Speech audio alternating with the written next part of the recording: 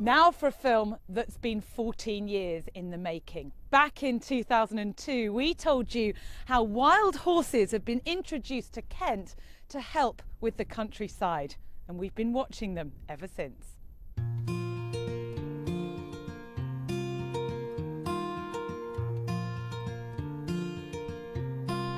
If you're out enjoying the Kent countryside, you may come across this enchanting scene. These are the wild horses of Kent. They now call several nature reserves across the county their home. The horses are called conics. They're genetically the closest thing to the wild horses which roamed across England 7,000 years ago. And they aren't here for decoration. They're working for a living. Peter Smith from Wildwood Trust near Canterbury is a big fan of the conic horses. Many of the nature reserves that we couldn't manage properly are now managed thanks to these wonderful horses. So, where did they come from? In a word, Holland. Many years ago, wild horses were successfully introduced to a nature reserve near Amsterdam called Oostvaardersplassen. Oostvaardersplassen is fantastic. I mean, what a wealth of wildlife. I've never seen so much rare birds, so many rare forms of plant all living in one area. So in 2002, Peter raised some money and bought some wild horses to bring back to Kent.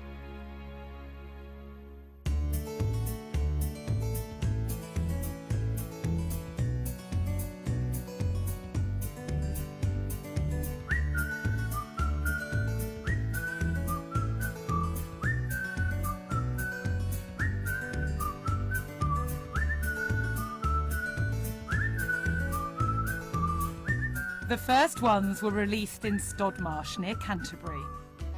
14 years later, these are at Orr Marshes near Faversham. Peter is the first to admit that in the early days, they were rather making it up as they went along.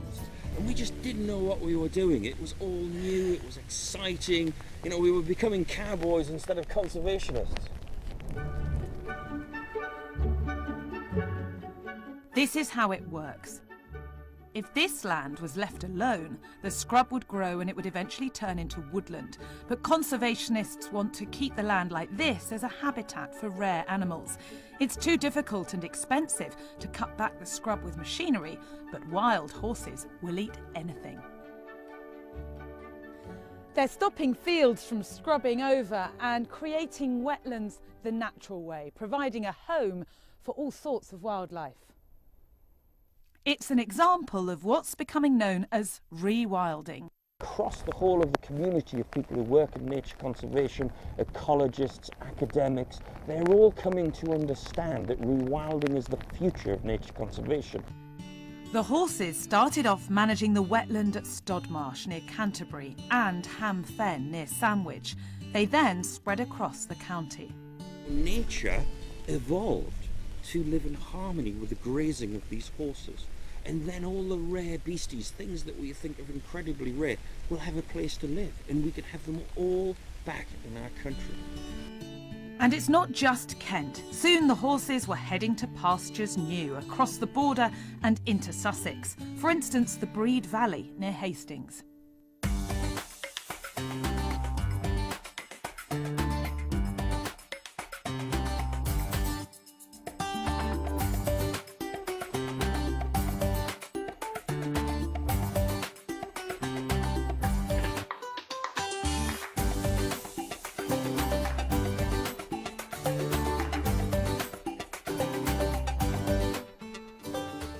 You'll notice that they're all fairly scraggy, the coats. They've been rolling in a lot of mud. We met Philip Newton 5 years ago when he converted 100 acres of his farm into wetlands and needed the help of wild horses. About 15 years ago, this whole area that you can see was arable and it was all drained, and ironically I've reversed the process. As a friend of mine says, just add water and see what happens. That's where you want me to scratch. So 5 years on, what has happened? The whole of this landscape of where they are has changed considerably. A lot of open grazed areas, and it's providing the perfect habitat for the nesting waders and the overwintering waders and wetland birds.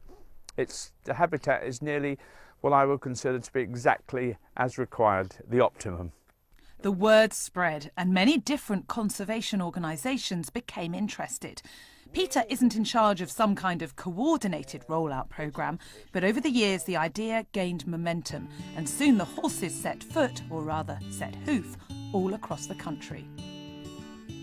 For instance, Wicken Fen Nature Reserve in Cambridgeshire received 13 conic horses 13 years ago and now has over 90. The births are always lovely. When you come down to the herd in the morning and there's a brand new little foal, it's always really exciting. More horses have made their way to Blacktoft Sands Reserve near Goole, the East Riding of Yorkshire. Normally, they're quite calm. And then all of a sudden you'll just get this burst of energy where they start rustling and tussling with each other, and the visitors love it. Yeah, we'd be lost without them, really. The team at the Loch of Strathbeg Reserve in Scotland use GPS devices on their horses to keep track of them. They are wild and untamed, so it can be a little bit interesting if they choose to be a bit frisky, but hopefully they'll behave themselves today. But the horses can't be left completely alone. Sometimes they have to be swapped between locations to make sure they don't become inbred. Well, what we're going to do to get genetic diversity is we'll take stallions away and put new stallions on. That's the best way. So it's like all herd structures. Ladies are in charge, and they've got the knowledge and the true instincts to protect the herd. So we're going to try to keep the ladies together as much as we can, and the men, superfluous, just have to move around and do their job. Back over in Sussex, Philip Newton has left his horses wild and free and hasn't had to interfere with their day-to-day business, apart from one memorable occasion.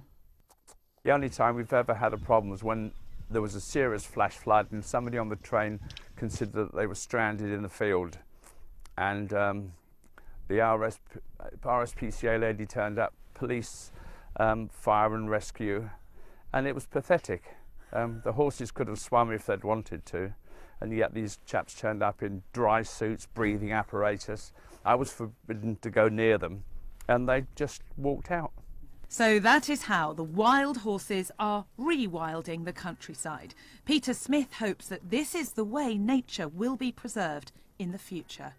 We need to rebalance. We need to learn to stop taking from nature and start giving back. And that's the future of nature conservation. Rewilding, let nature get on with it and have bigger nature reserves to bequeath to our children.